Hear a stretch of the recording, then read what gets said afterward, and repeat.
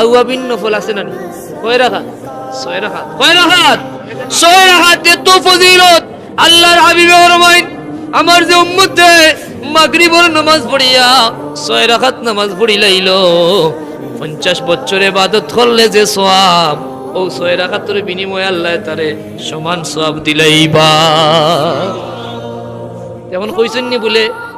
ও অমুক অমুক রাইত আউয়াবিন ফড়িও না ইলা কোনো বয়ান আইছে তো শুনছিলেন তাহলে যারা নাই হয় এরার মধ্যে ঝামেলা আছে না নাই এরা মানুষের আল্লাহর গোলামিটাকে বিরত রাখতে চায় আমরা রুটিন যেটা আছে ফরজ নামাজ মাগরিবের নামাজ জামাতের সাথে এই দিন যারা অন্য দিন জামাত তরক করে এরাও গুরুত্ব দিয়ে জামাতও যায় ঠিক না ঠিক এই জামাত লাভ আছে না ক্ষতি লাভ কারণ আমার মালিক তো দয়াল আল্লাহ কইছেন লা তাকনাতু